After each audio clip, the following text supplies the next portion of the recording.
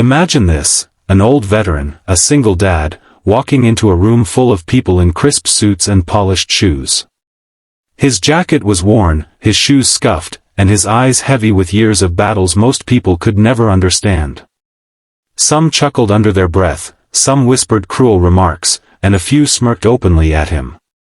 But what they didn't know, what nobody in that glittering corporate room had the faintest idea of, was that this man, this out-of-place father, carried with him a mind sharpened like a blade. A master tactician of chess, of life, and of resilience. And in the very room where they mocked him, he was about to leave the CEO speechless. Before I take you further into this story, let me tell you why you need to stay until the end. Because what unfolds here isn't just about a man proving everyone wrong, it's about the courage of a father, the love for his child, and how life can turn the tables in ways you'd never expect. If you've ever been underestimated, if you've ever been laughed at when all you carried was determination and love in your heart, then this story is for you. And if you believe in second chances, resilience, and miracles, make sure you like this video and subscribe to the channel, because stories like these will remind you that no matter how dark life gets, hope always rises. The veteran's name was Daniel. He wasn't just a father, he was a widower raising a little boy, 8-year-old Ethan, on his own. The two lived in a modest apartment, often stretching every dollar to make it to the end of the month. Ethan adored his dad, but he often asked questions Daniel found hard to answer. Dad, why don't we live in a house like other kids? Or, why do people laugh at your old clothes? Daniel always smiled gently and said, Son, the size of the house doesn't matter. What matters is the size of the heart inside it. One afternoon, Daniel found himself in the lobby of a massive corporate office. He had come to apply for a security position, something stable, something that would give him enough to support Ethan. The lobby buzzed with professionals in fine suits, their conversations peppered with words like merger, stocks, and quarterly reports. Daniel, in his faded jacket, stood out like a sore thumb. A group of interns snickered. One whispered, "What's he doing here? Looks like he got lost on the way to the shelter." Another said louder, "Maybe he's here to clean the floors." Daniel heard them. He always heard. But he didn't flinch. He had heard worse in the battlefield and in life. What mattered was Ethan waiting for him at home, believing in him. Inside the boardroom, the company's CEO, Mr. Collins, was hosting an unusual event, a charity fundraiser with a twist. To gather publicity, the company had organized a chess exhibition. Several local champions, business partners, and employees were invited to play. The prize, a substantial donation to the winner's cause of choice. Most participants came dressed sharply, ready to impress cameras.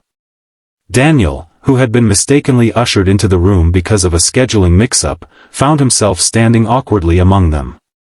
"Are you sure you're in the right place?" one executive sneered. "This isn't a veterans hall.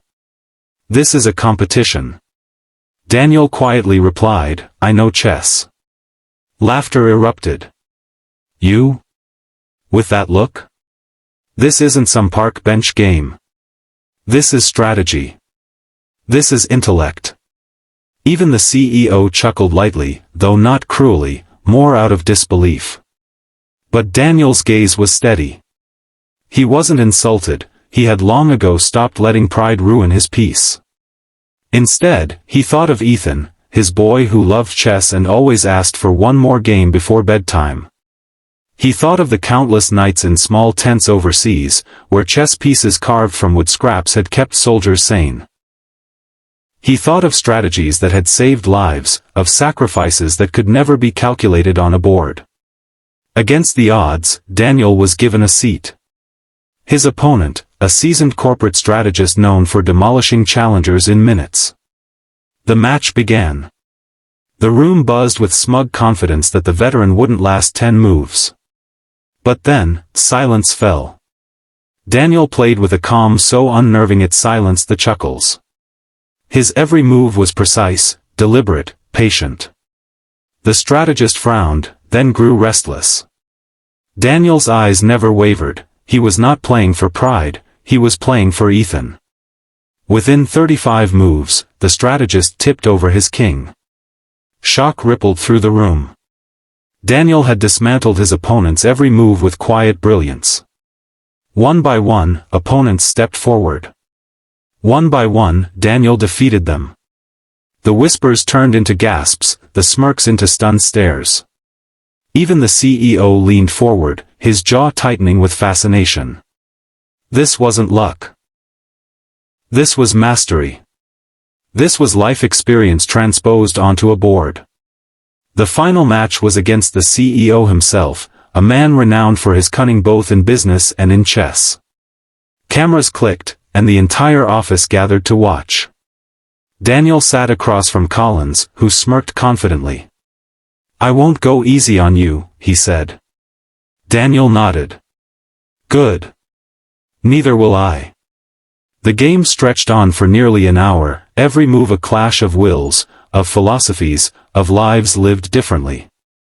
Collins was aggressive, sharp, but Daniel was steady, resilient, adapting with the patience of a soldier who had waited in silence for dawn in hostile terrain. In the end, Daniel cornered Collins's king with a move so simple, so elegant, that the entire boardroom erupted into stunned silence. Checkmate. Collins sat back, speechless. For the first time in years, the CEO was humbled. He stood, extended his hand, and said, "You've taught me something today." His voice cracked, not with defeat, but with respect. The prize money was placed in Daniel's hands, but he asked for it to be donated to a veteran's children.